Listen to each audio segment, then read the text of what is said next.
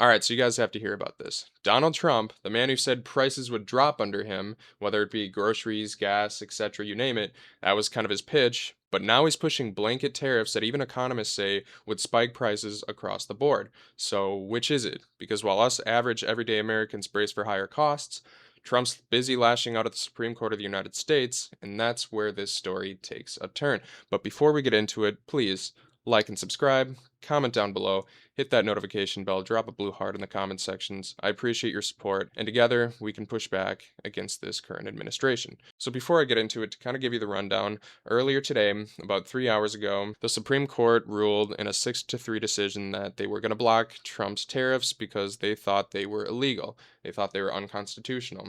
Donald Trump got really angry and bit back pretty hard, saying that he was very disappointed in them and that they aren't doing what's good for the country. And of course, when he says good for the country, he really means whatever he wants to do and whatever he thinks would be best for the country. So I'm just going to let you take a listen from here and just take a listen to this.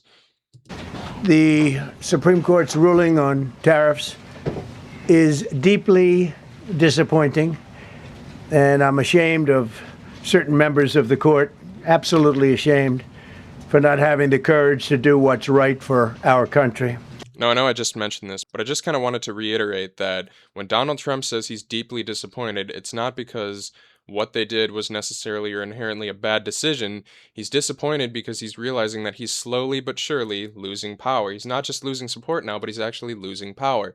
And that is a very scary thing for somebody like Donald Trump, who displays narcissistic tendencies all day, every day, and thinks that whatever he says goes, and that everybody will just bend over, bend their knee, and suck up to him. That's not going to happen, and the Supreme Court just proved it by voting against these tariffs. I'll continue.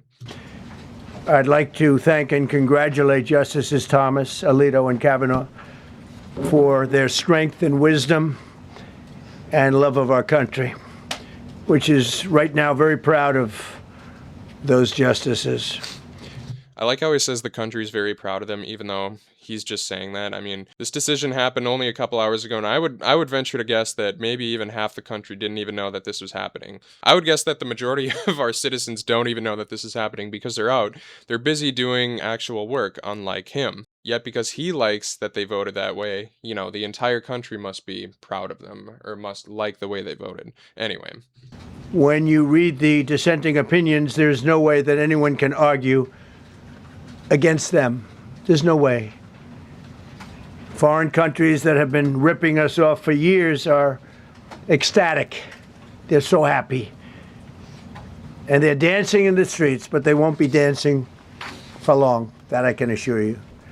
The Democrats on the court are thrilled, but they will automatically vote no. They're an automatic no, just like in Congress. They're an automatic no. They're against anything that makes America strong, healthy, and great again. They also are a, frankly, disgrace to our nation, those justices. They're an automatic no, no matter how good a case you have. It's a no. But you can't knock their loyalty. It's one thing you can do with some of our people. What is he even talking about when he says that? I genuinely don't even understand what he just said. We can't knock their loyalty. I don't know what he's talking about. But talk about not knocking their loyalty. I mean, he should be talking about the two justices that actually voted in favor for this and voted for him. Those are the ones who we can't really knock their loyalty. Those are the ones who wouldn't budge, even though they probably knew that this wasn't a good idea, that his tariffs were destructive, inherently destructive for the country. And it's important to note that the reason that Donald Trump's been initiating some of these tariffs across the globe and across different countries is because he wants to make up for some of the trade deficits. Obviously, the whole goal in mind when issuing a tariff for a particular country is to reshore some of the manufacturing jobs so we can get more jobs here and we can buy more domestically, so we can support our own country and support the local economies that come with some of those businesses. However, the fact that we're buying from different countries all across the globe, all across the world, which Donald Trump says they're ripping us off, it would kind of imply to me that we aren't doing that good of a job at making things cheap, which is funny considering he's the one who keeps on saying we're going to lower prices. But obviously, if we continue to buy from other countries, which requires him then to issue tariffs on those countries to try to reshore some of those manufacturing jobs, clearly prices aren't dropping enough to the point where we can start supporting more domestically owned companies and domestic businesses. And so, what is the solution to all of this? Instead of lowering prices to encourage more domestic workers and more domestic jobs, he decides to put a 10% blanket tariff on the entire globe, on every single country. Absolutely destructive and absolutely counter to what he ran his entire campaign off of. He kept on telling us over and over again that he was going to lower grocery prices, lower gas prices, like I said in the beginning of the video. Everything and anything would come down under Trump, and he would totally reverse inflation. This is the exact opposite. This is so counterintuitive to what he ran his campaign off. Putting a 10% blanket tariff over the entire globe doesn't reduce prices for us. In fact, it increases it. Obviously, his goal is to reshore some of the manufacturing jobs, but due to the fact that that costs a lot of money and it's just a lot of work to create all these new factories, not to mention you can't even make some of the things that we get from other countries, like coffee. Like there was one point where he tariffed coffee, and economists told him, they're like, well, this doesn't really make any sense because 67% of Americans drink coffee, yet we produce less than 1% of the coffee we consume. So it doesn't really make any sense for you to tariff coffee when it's something we quite literally cannot make domestically and we need from other countries if we're actually going to consume this product. So because of that, a lot of manufacturers, a lot of businesses, a lot of companies aren't going to invest the money into reshoring this manufacturing. They're likely just going to eat the tariff costs and many times pass it on to the consumers. Once in a while, you'll have nice business owners who will just eat those costs and not pass them down to the consumers.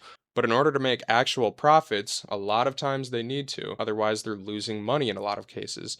Not always the case, but a lot of times that's how it works. So these policies that Trump claims are going to make us rich or reduce the trade deficit really aren't, and it's just going to make things a whole lot more expensive for average everyday Americans that are already struggling to even put food on their table. So I'll let him continue here so you can just see some of the stuff he says. I haven't listened to this entire thing, but I just find it funny, and I just think it's hilarious that anything that goes against what he wanted, he has to throw a freaking hissy fit about it. Anything that goes against him. Sorry to rant so much, but I just wanted to mention that Donald Trump is experiencing for the very first time what it means to actually have checks and balances put against him.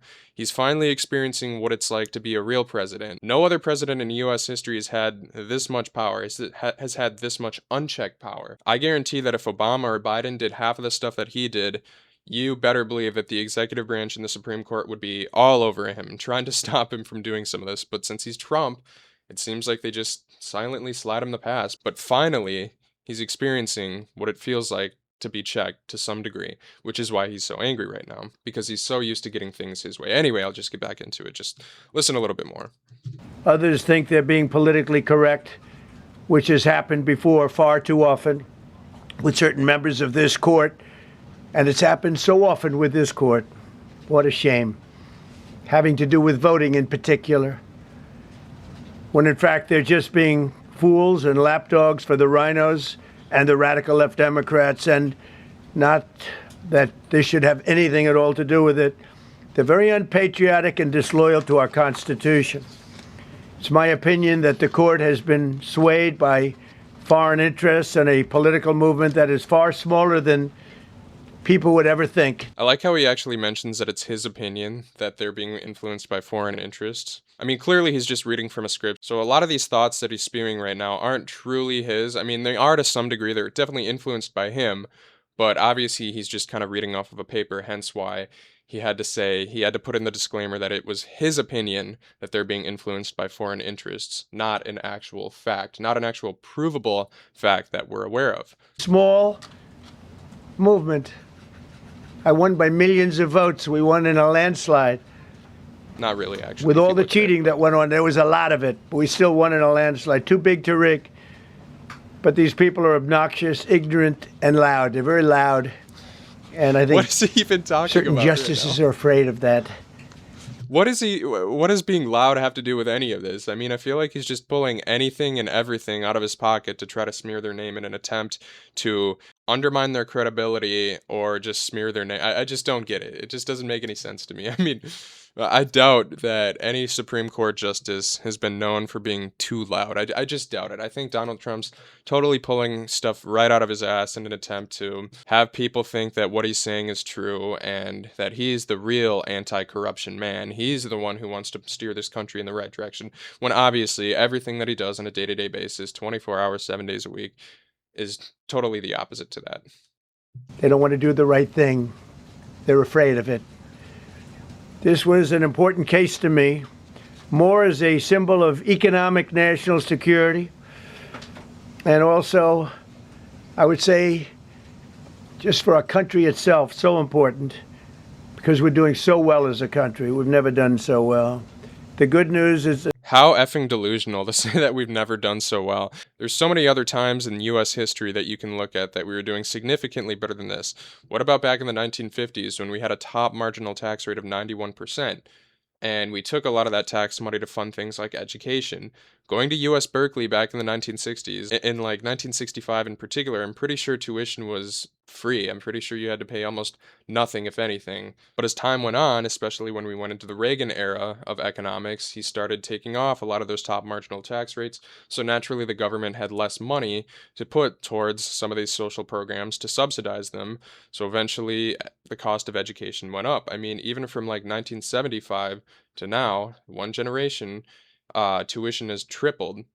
Yet the average earnings of the male worker has decreased by $15,000 proportional to dollars back in 1975. But that's besides the point. I'm probably going to leave it at there, guys. I don't want to make this video too long, but I just thought I wanted to go over this and give you kind of an analysis as to what I'm thinking on it.